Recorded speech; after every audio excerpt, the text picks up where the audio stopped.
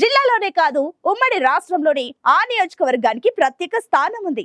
అక్కడి నుంచి తొలిసారి గెలిచిన మంత్రి పదవి దాదాపు ఖాయమనే సెంటిమెంట్ ఉంది. ఆ నియోజకవర్గంలో గెలిచి రాష్ట్ర స్థాయిలోనే కాదు ఢిల్లీ స్థాయిలో కూడా చక్రం తిప్పిన నాయకులు ఉన్నారు. మొన్నటి ఎన్నికల్లోనూ అక్కడి నుంచి రాజకీయ ఉద్దండులే బరిలో నిలిచారు. కానీ గెలిపించిన ఓటర్లను గేలి చేసినట్టు మొహం చాటేస్తున్నారంట అక్కడి నాయకులు. ఇంతకీ ఏదా నియోజకవర్గం, ఎవరా నాయకులు? Watch this story.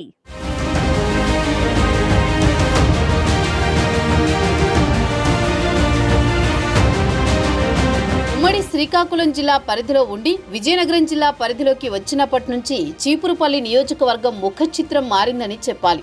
2004, 2009 ఎన్నికలలో మాజీ మంత్రి, పీసీసీ మాజీ అధ్యక్షుడు బొత్స సత్యనారాయణ విజయం సాధించడంతో పాటు రాజశేఖర్ రెడ్డి ప్రభుత్వంలో మంత్రిగా పదవులు అనుభవించారు. వైఎస్ మరణానంతరం ముఖ్యమంత్రి రేసులో ఉండి చివరికి ఉమ్మడి ఆంధ్రప్రదేశ్ కాంగ్రెస్ అధ్యక్షుడయ్యారు. రాష్ట్ర విభజన తర్వాత కిమిడి మృణాలిని చేతిలో ఓటమి పాలయ్యారు. తొలిసారి బొత్సాపై గెలిచిన మృణాలినికి తెలుగుదేశం ప్రభుత్వంలో మంత్రి పదవి లభించింది. 2019 ఎన్నికల్లో చీపురుపల్లి సహా విజయనగరం జిల్లాలోని 9కి 9 నియోజకవర్గాల్లో కూడా వైఎస్ఆర్ కాంగ్రెస్ పార్టీ విజయబావుట ఎగరవేసింది. అనంతరం చీపురుపల్లి అంటేనే కాదు, ఉత్తరాంధ్ర అంటేనే సత్తిబాబు అన్న బ్రాండ్ ఫ్యాన్ పార్టీ కార్యకర్తల్లో ప్రజల్లో ఏర్పడింది.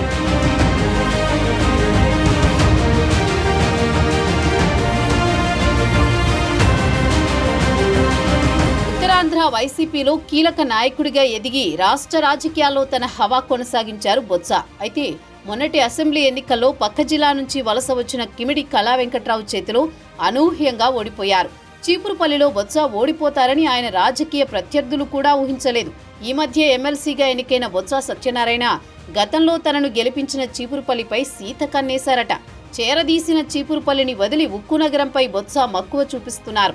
మార్పు కోసం మరో నాయకుణ్ణి తెచ్చుకున్నా మా పరిస్థితి మారడం లేదంటున్నారట చీపురుపల్లి ఓటర్లు. వలస వచ్చినా వలచిన ఓటర్లను కాదని సొంత జిల్లాలోనే ఎక్కువగా ఉంటున్నారట స్థానిక ఎమ్మెల్యే కళా వెంకట్రావు. డిప్యూటేషన్ పై వచ్చి ఉద్యోగిలా అలా వచ్చి ఇలా వెళ్లిపోతున్నారట నియోజకవర్గానికి. దీంతో చీపురుపల్లిలో గెలిచామన్న ఆనందమే లేకుండా పోయింది తమ్ముళ్లకు.